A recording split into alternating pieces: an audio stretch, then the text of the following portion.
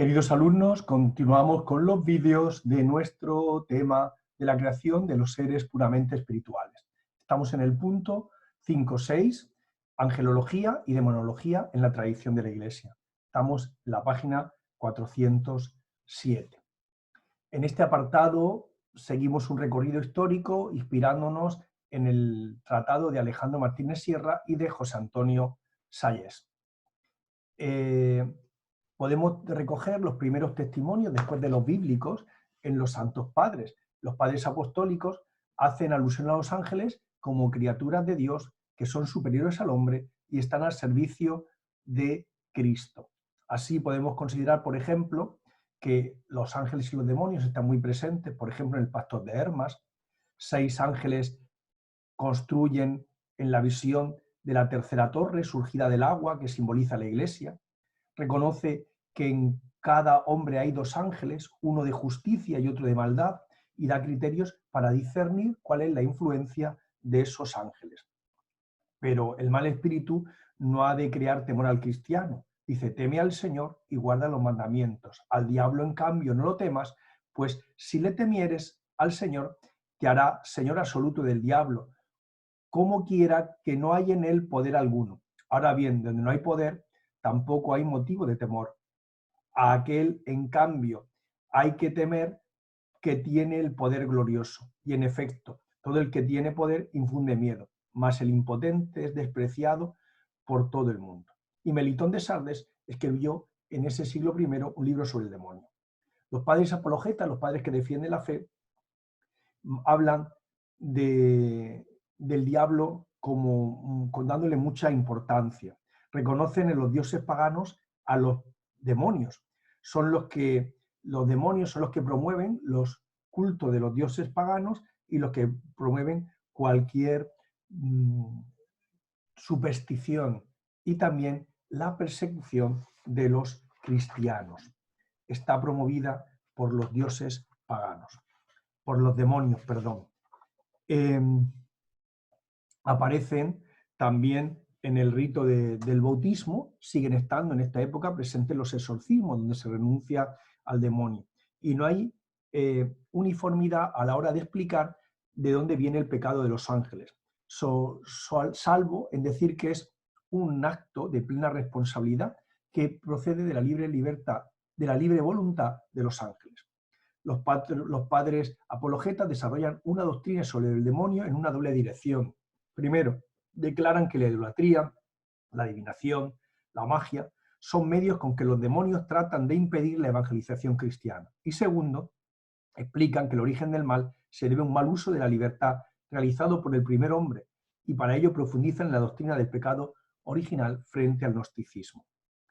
En aquella época hay una literatura apócrifa, la mayor parte del siglo III, que con frecuencia se encuentran en ella afirmaciones y concepciones influenciadas por los errores de la época, el gnosticismo, el docetismo, el encratismo. El número de los ángeles en estos libros apócrifos es prácticamente infinito y de algunos de ellos se conocen los nombres y las funciones específicas. La literatura apocalíptica del judaísmo, con su desarrollada angelología y demonología, se ha ido filtrando cada vez más en la literatura de la Iglesia. Es frecuente la alusión al ángel de la guarda y está muy desarrollada en esta literatura la demonología. Se habla continuamente de las expulsiones de los demonios, que son una manifestación grandiosa del poder de Cristo.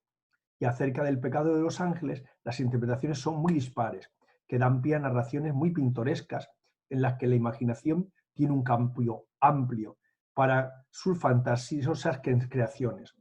Con la misma imaginación se describe la actual situación de eterna condenación y de influencia maléfica de estos espíritus malignos. Pero queda siempre a salvo que Cristo ha vencido al demonio y que los cristianos pueden vencerle. Os voy a compartir una imagen y sobre ella voy a estar hablando para que podamos tener ahí en esa imagen, pues nos podamos inspirar.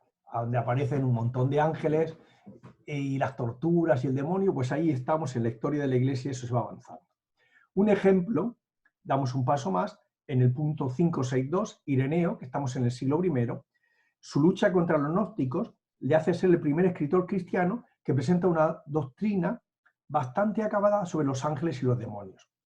Frente a lo que los gnósticos consideran emanaciones de la divinidad, el Ireneo dirá que los ángeles son criaturas, porque solo hay un creador de todo.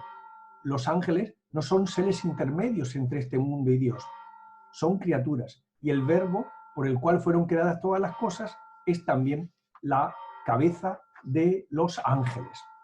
Los ángeles son espirituales, pero no son la imagen del Padre, no tienen carne. Su pecado fue la soberbia. Dios hizo a Adán señor de los ángeles que estaban en la tierra.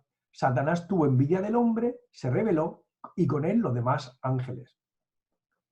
Dios preparó para ellos el fuego eterno y Cristo es también ahora señor de los demonios por su exaltación en la cruz. En su nombre se expulsa a los demonios porque todos los poderes malos y rebeldes se doblegan ante Cristo. Al poner a Cristo como aquel en quien se recapitula todo el cielo y la tierra, también se destruye así la imagen gnóstica del mundo, según el cual el mundo procede de una serie de eones que emanan subordinadamente de un primer principio. Es decir, encontramos esa imagen gnóstica de que el mundo son una serie de épocas, de eones, de acontecimientos que emanan de un primer principio, y aquí se habla de que Dios es creador del cielo y de la tierra. ¿Qué pasa con los padres en Alejandría? Pues Clemente de Alejandría y luego sobre todo su discípulo Orígenes son artífices de una gnosis cristiana.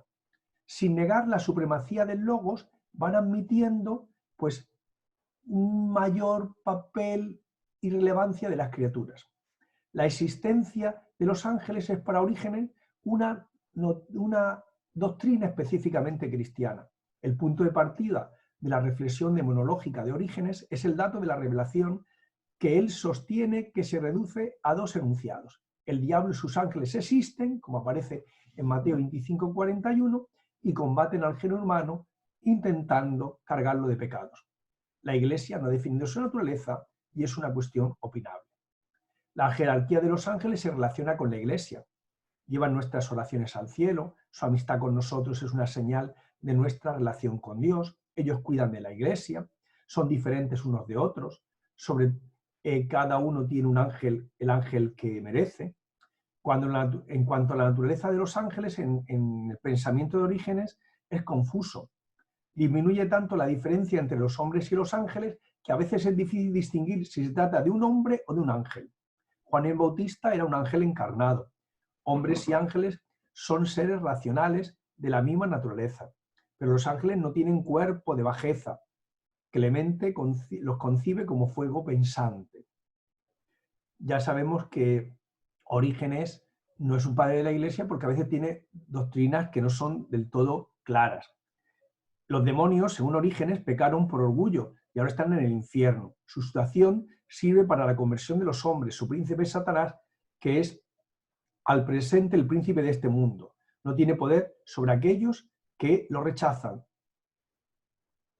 Sugiere como hipótesis que los demonios podrían convertirse, pero advierte que no es más que una hipótesis y que no es una cosa cierta. ¿Vale? En la edad de oro de la patrística nos encontramos, por lo tanto, que fruto de las lucubraciones de Orígenes y de Ireneo, la angelología se va desarrollando. Los ángeles forman parte de la liturgia del cielo. Ángel y arcángeles sirven a Dios y le adoran con himnos sempiternos. La Iglesia canta con ellos. Los ángeles ven el rostro de Dios Padre, tienen un conocimiento de la divinidad. Su base es la alabanza. La liturgia de los ángeles es a la que quiere unirse la Iglesia. Los ángeles son amigos de los hombres. Su segunda misión después de la alabanza es ayudar a los hombres. Los ángeles fueron creados por amor y para el servicio de los hombres, porque Dios no necesita personalmente de ellos. A los ángeles se les venera, y sin embargo se exageró ese culto contra el que lucharon Atanasio y Agustín.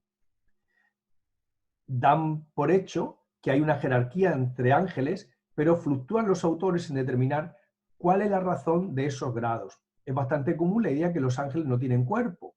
Si Dios es espíritu puro, comparados con los hombres son incorpóreos, pero comparados con Dios son materiales y por eso serían distintos seres. La opinión más extendida es que los ángeles fueron creados a imagen de Dios antes del mundo. La fe en los ángeles está abundantemente testificada en los padres. Agustín, por ejemplo, dirá: aunque no presenciemos apariciones de ángeles, por la fe sabemos que existen, leemos que se han aparecido a muchos, lo defendemos como verdad y no es lícito dudar de ello. Gregorio de Nisa dice que la verdad de la existencia de los ángeles es una verdad de fe que está garantizada por la tradición de la Iglesia. Juan Crisóstomo admite que por innumerables testimonios del Antiguo Testamento y del Nuevo Testamento la existencia de los ángeles. Los demonios, el pecado del diablo en esta época patrística fue uno de los temas que se trató. Y había dos temas.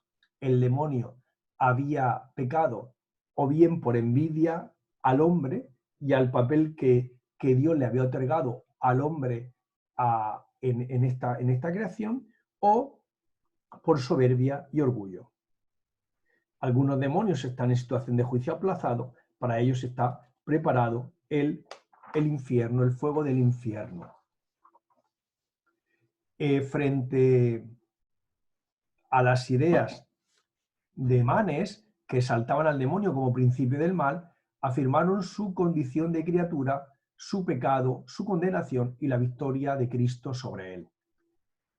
Será el pseudo Dionisio el Areopagita el que organizó las jerarquías angélicas. Se inspiró para ello en Porfirio y en Proclo. Distingue 3 órdenes con 3 coros en cada uno de los órdenes. En orden descendente, según el conocimiento que tengan de Dios, van ocupando un puesto más elevado los serafines, querubines y tronos, que viven en el umbral de Dios y revelan a los ángeles inferiores lo que saben de Dios. El grupo siguiente lo componen las dominaciones, fuerzas y potestades. Estos reciben luz espiritual del grupo superior. Y el tercer grupo, el inferior, está formado por los poderes, ángeles y arcángeles. Y estos hacen accesible a los hombres la revelación divina, y por ello puede la jerarquía humana elevarse hasta Dios por la purificación, la iluminación y la unión mística. Punto 565 de la patrística posterior a la escolástica.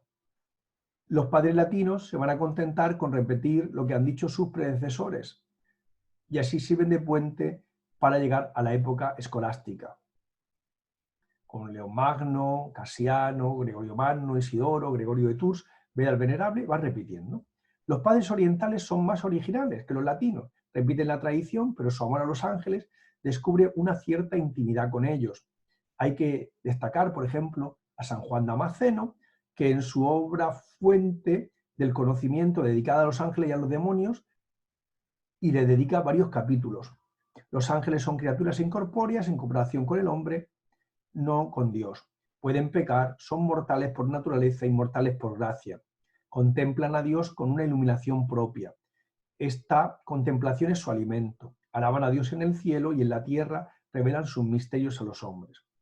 Fueron creados antes que los hombres. El diablo no era el ángel supremo, voluntariamente escogió el mal y le siguió una multitud de ángeles que ya no pueden arrepentirse y están destinados al fuego eterno. No tienen más poder sobre las cosas y el hombre que el que Dios les permite. La reflexión sobre la asunción de la Virgen María lleva a los predicadores en la Iglesia oriental a poner a la Virgen por encima de los ángeles, con lo cual había que corregir el principio de que los ángeles estaban más cerca de Dios que los hombres. Los ángeles cantan la gloria de María, pero esto no rebaja la gran estima que la Iglesia ortodoxa tiene a los ángeles. Por lo tanto, podemos llegar a unos puntos comunes en toda la teología de los santos padres sobre los ángeles. Primero, toman su visión sobre los ángeles y los demonios de la Biblia y desde los criterios bíblicos van purificando su doctrina. Segundo, los padres creen y enseñan de forma habitual y pacífica que ángeles y demonios son criaturas de Dios, que fueron creadas buenas. que los ángeles y los demonios, tercero, son seres espirituales, personales, dotadas de inteligencia y de voluntad, y que tienen una inteligencia y un poder superiores al hombre, pero carecen de la visión del verbo, por lo que tienen un conocimiento parcial de Dios y del hombre. Los ángeles también nos hablan de ángeles custodios, de ángeles cuidadores de los hombres. Los padres hablan también del pecado de los ángeles. En el origen de los demonios está en un pecado personal. Se barajan diversas hipótesis acerca de la naturaleza de ese pecado, inspiradas en la literatura apocalíptica. La primera hipótesis la elaboran sobre la influencia judía del libro de Enoc y le lleva a explicar el pecado angélico como un pecado de lujuria, el pecado cometido con las hijas de los hombres. Así lo explicarán Ireneo, Justino y Atenágoras, Clemente de Alejandría, Tertuliano y Lactancio. Un pecado de lujuria con las hijas de los hombres. A partir del siglo IV se elabora una nueva hipótesis que tiene en cuenta el pecado de los ángeles, que el pecado de los ángeles es anterior a Adán y que su naturaleza incorpórea no le permitía ese pecado, ese tipo de pecado carnal. Y el pecado de los ángeles es explicado en relación a la dignidad concedida al hombre. Por lo tanto, sería un pecado de envidia. Rehusaron a reverenciar la imagen de Dios en el hombre. Y así lo explican Ireneo, Tertuliano, Cipriano, Gregorio de Nisa y Agustín. Los seres espirituales, buenos y malos, influyen en el mundo. La angelología y la demonología de los padres se inserta claramente en el misterio de Cristo. La obra de la redención de Jesucristo se presenta como la liberación de Satanás. Cristo ha sustraído a la humanidad del poder del demonio que había arrancado a la humanidad de la amistad divina. El demonio ha sido vencido allí mismo donde había triunfado provisionalmente, en el corazón del hombre. Los padres, por eso Cristo se dirige al corazón del hombre y quiere que se convierta para vencer allí también al mal y al demonio. Los padres describen el dominio de Satanás sobre la humanidad a partir del pecado original con la imagen de la esclavitud. El demonio se apoderó de la humanidad y adquirió un derecho de propiedad sobre ella a partir del pecado de Adán. La redención de Cristo es un rescate, es un pago de la libertad. Los padres están convencidos de que en virtud del pecado original el hombre está sujeto al demonio mientras no es regenerado por las aguas del bautismo. La condenación de los demonios al fuego eterno es definitiva, es eterna. Su naturaleza es la de los ángeles. Si se compara con los hombres, son incorpóreos, si se les compara con Dios, son espíritus puros y tienen cierta corporeidad.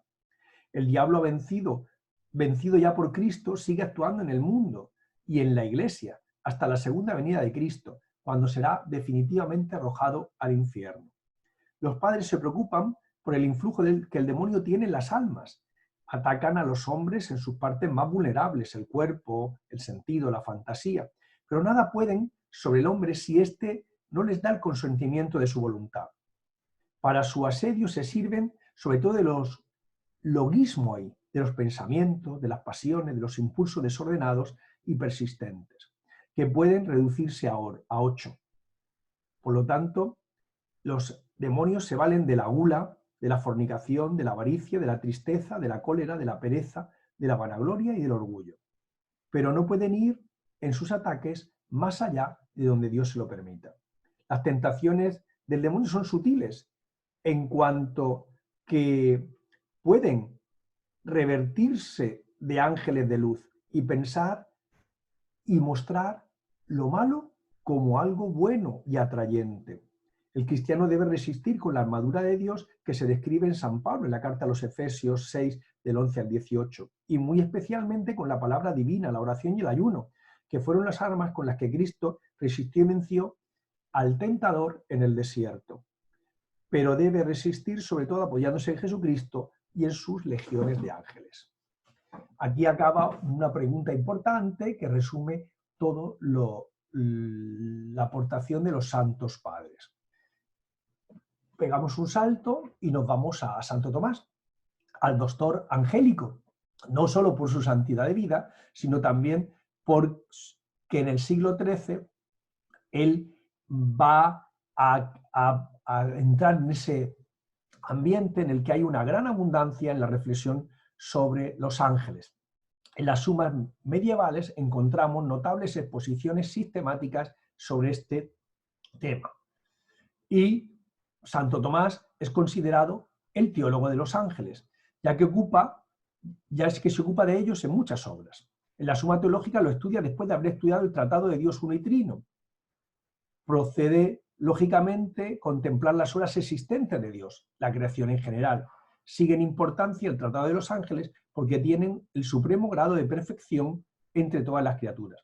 Los ángeles son los más nobles efectos de la creación, pero no han sido creados como independientes de las demás cosas y sin relación alguna con las criaturas, sino que se ordenan a ser parte del universo y al gobierno y al servicio de las cosas corpóreas, tanto de las inferiores como del hombre que participa de su naturaleza espiritual y también de los cuerpos humanos físicos. Santo Tomás recoge la doctrina clásica, tanto bíblica como de los santos padres. La grandeza de Santo Tomás consiste en su enorme talento y agudeza y capacidad de síntesis. Da a toda la doctrina sobre los ángeles cohesión, estabilidad, unidad y método. Dios creó para su gloria e imprimió en él cierto vestigio de la Trinidad con los tres órdenes de criaturas, las espirituales, corpóreas y mixtas. Pero entre todas las criaturas creadas sobresale la espiritual, que por su perfección se acerca más a la naturaleza divina y es la que mejor representa a Dios, que es espíritu puro y excluye de sí toda composición, razón por la que los ángeles son el mejor medio para conocerle de un modo menos imperfecto. Además, el mismo Cristo es no solo cabeza de los hombres, sino también de los ángeles, y ellos son enviados al mundo, como nos habla la carta de los Hebreos 1:14, como administradores para servicio de los hombres, que han de heredar la salvación, y con la ayuda de Dios hemos de participar con ellos de la misma gloria y visión beatíficas. Para la perfección del universo se requiere cierta gradación de las criaturas, que se vayan acercando a la misma perfección infinita de Dios su Creador. Hay criaturas que se parecen a Dios solamente en el existir, como las piedras. Otras se parecen a Dios como las plantas y los animales en el vivir. Otras en el entender imperfectamente como el hombre. Parece pues natural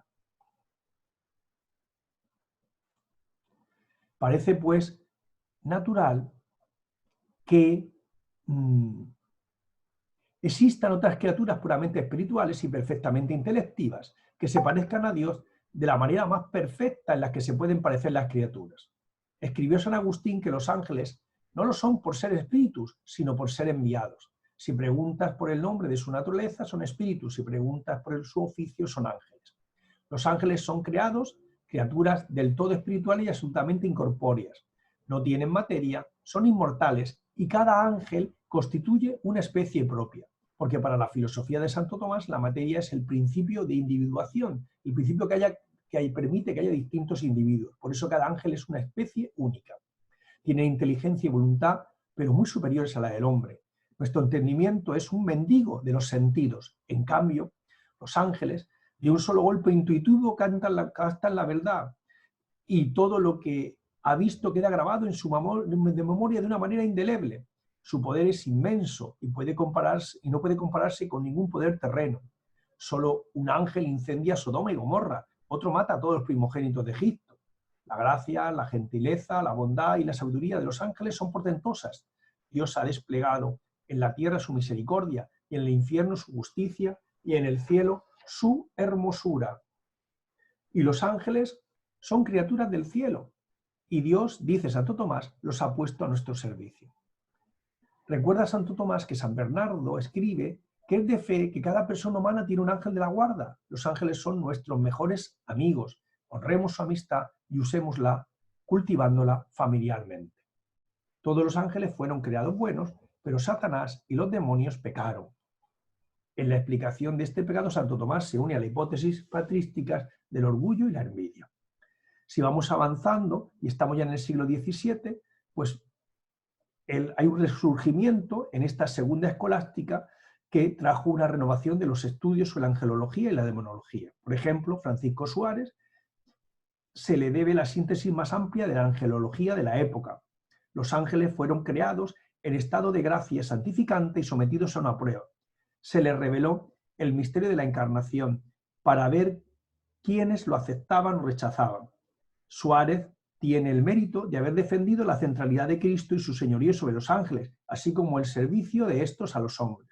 Atribuye el pecado de los demonios a su orgullo y el amor desordenado a su propia excelencia. Están condenados y su obstinación en el pecado no les deja arrepentirse.